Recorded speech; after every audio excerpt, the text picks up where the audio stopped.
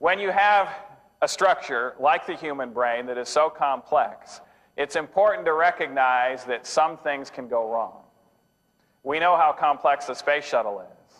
And when something goes wrong with the space shuttle, it can cause devastating accidents. Did you know that every time the space shuttle flies, something does go wrong? Usually it's just little. It's not a major problem. But if it is major, of course, we all know what can happen.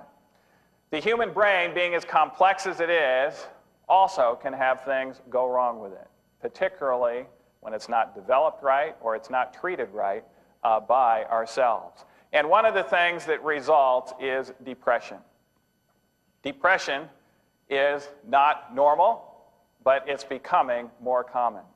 Interestingly, the number of people developing depression worldwide has steadily increased since epidemiologists have been studying this since 1915. Every generation, more depression. Major episodes of depression now occur frequently by age 25. We used to call this disease the midlife crisis. We don't call it that anymore, simply because it's occurring in young individuals at alarming rates. In fact, it's not uncommon for adolescents and even now people 8 and 10 years old, children, developing major depression. I find it interesting that here we are living in a society today where there is more fun things to do than ever before in human history, but yet we have more depression than ever before in human history. All of these fun things, all of these entertainment avenues actually have not solved the problem. In fact, in some cases, they may have contributed to the problem, as you will find out as you go through this mental health education series. I became interested in depression as an internal medicine physician as a result of an article that came across my desk from a prestigious medical journal called the Archives of Internal Medicine. It showed up to 1 in 3 patients that an internal medicine physician sees in an outpatient practice is depressed. And I began to think about that a little bit. I was possibly seeing more depression than diseases of the internal organs that I was trained to treat. An internist treats adult diseases of the internal organs and diagnoses those diseases and tries to get at the root cause. And that means more depression than heart disease, more depression than gastrointestinal disease, more depression than really any other single organ disease. And I began to realize if I'm seeing that much depression, I need to know a little bit more about this disease. In my study of looking at the causes of major depression, I was shocked to find out there were myriads of causes, not just 2 or 3 or 4. In fact, I found well over 100 different causes that have been well documented in the medical literature for depression. Most of these, I was able to find out, fell into one of 10 categories. Depression is most often a multifactorial disease, meaning that it's usually not just one cause.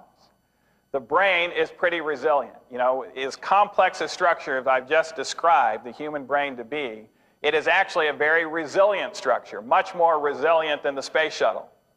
The space shuttle, if it's missing a few tiles, it's going to go down as it starts entering in. But you know, the brain can have one cause that is operative. It can have 2 causes that are operative. It can have 3 major blows to the brain being operative and still function beautifully well. And that's because we are created with such reserve. But once 4 causes become operative, then that's when the mental health declines significantly. There's virtually one thing that's characteristic of any depressed patient, according to recent literature in PET scans, and that is that there's a 40% decrease in activity and circulation of the frontal lobe in virtually every depressed patient. And recent studies show that this seems to be the primary cause. In other words, the frontal lobe activity goes down first, and then the depression results. We will show you how to improve your frontal lobe function significantly, how to improve this activity, and this being the control center of the entire brain, it will also improve dramatically your ability to be successful from here on out. in life. Wonderful new treatment options began to surface as I began to study this out. And then I began to realize there were general treatment measures. In fact, just as many beneficial treatments as causes in depression. Although many of these modalities have been rigorously tested and proven, most were not utilized in standard practices. And unfortunately, this just comes down to the society and how things are done in North America. If a new drug comes out that significantly improves depression within 7 days and has no side effects, how many doctors do you think are going to hear about that?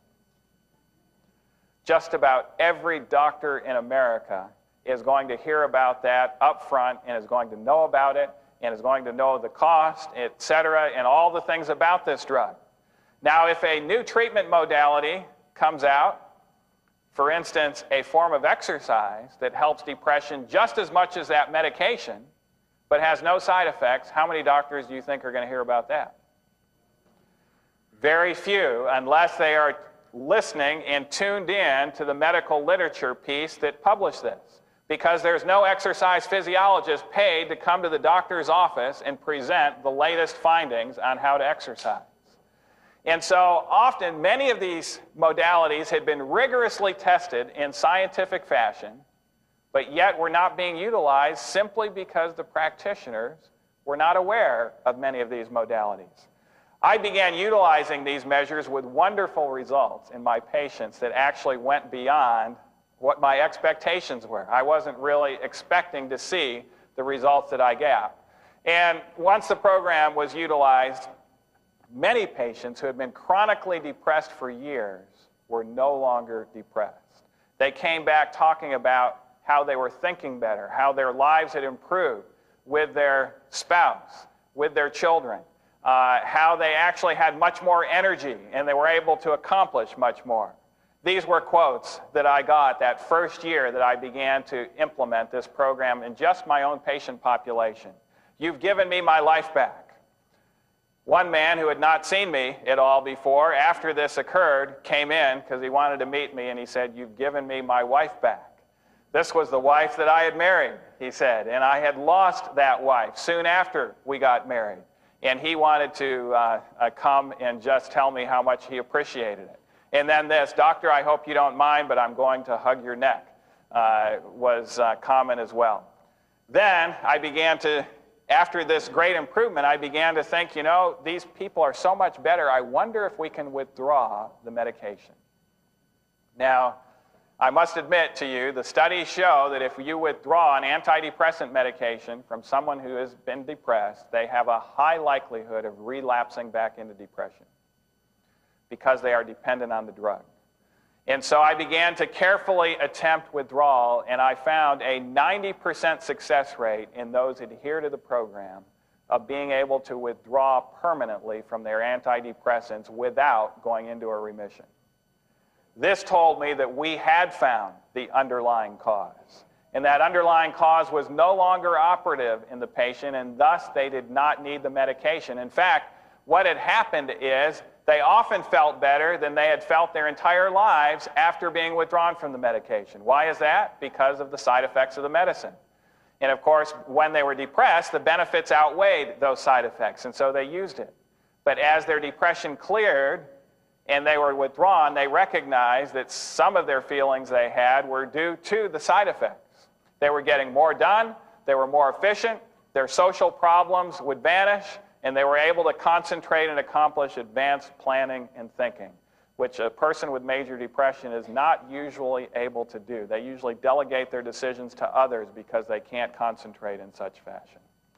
And so I encourage you to learn about this comprehensive mental health education program. It will be an experience that will change your life for the better. It's an 8-week program. We have it one night each week. And that one night each week can be modified to fit your local needs depending upon your situation and the facilitator that is present. Depression, the Way Out, the book that I have written about our experience in this and all of the scientific backing for this, is the textbook that will be utilized. There is an accompanying workbook. After each one of the sessions, you will actually get into a small group with a facilitator, and go through workbook exercises and discuss these things and actually learn how to implement them for sure and consistently in your life. We will have trained facilitators and assistants present, and depression recovery is about making choices and building relationships that will enhance your life significantly in the future.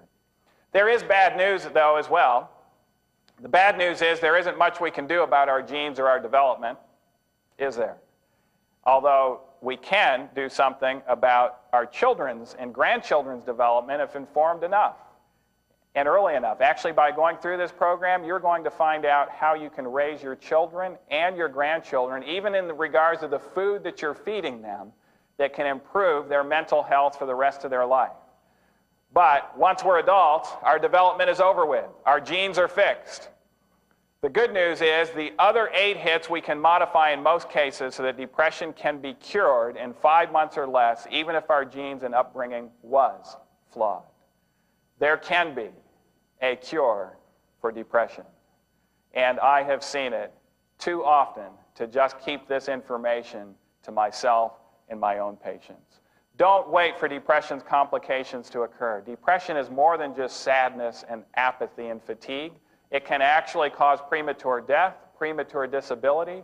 It can cause chronic headaches. It can actually even shrink the hippocampus of the temporal lobe of the brain, which can affect our memory. The longer we're depressed and the more bouts of depression, the more our memory is also affected. Don't wait for those complications to occur. Get on the best pathway to health of mind. Register for the Wellspring Depression Program today. Do the important workbook exercises and implement the thoughts that will change brain chemistry for the better. When you go through this series, we will actually show you how to do cognitive behavioral therapy on yourself. That's the type of psychotherapy that has been shown significantly to help mental health. The nice thing about cognitive behavioral therapy is it's been shown to change brain chemistry. And what we do is have you analyze your thoughts, know the 10 most common distortions, and actually get your thoughts lined up with what is true. And we'll give you example after example on how to do this. And as you consistently apply it, you will not only improve your mood significantly, but also improve your effectiveness in communicating with others and your total success in life as a result of going through what we now abbreviate as CBT. We'll have an entire session on that as well. Make the choices that will positively impact your life long term and get acquainted with this program. Thank you very much.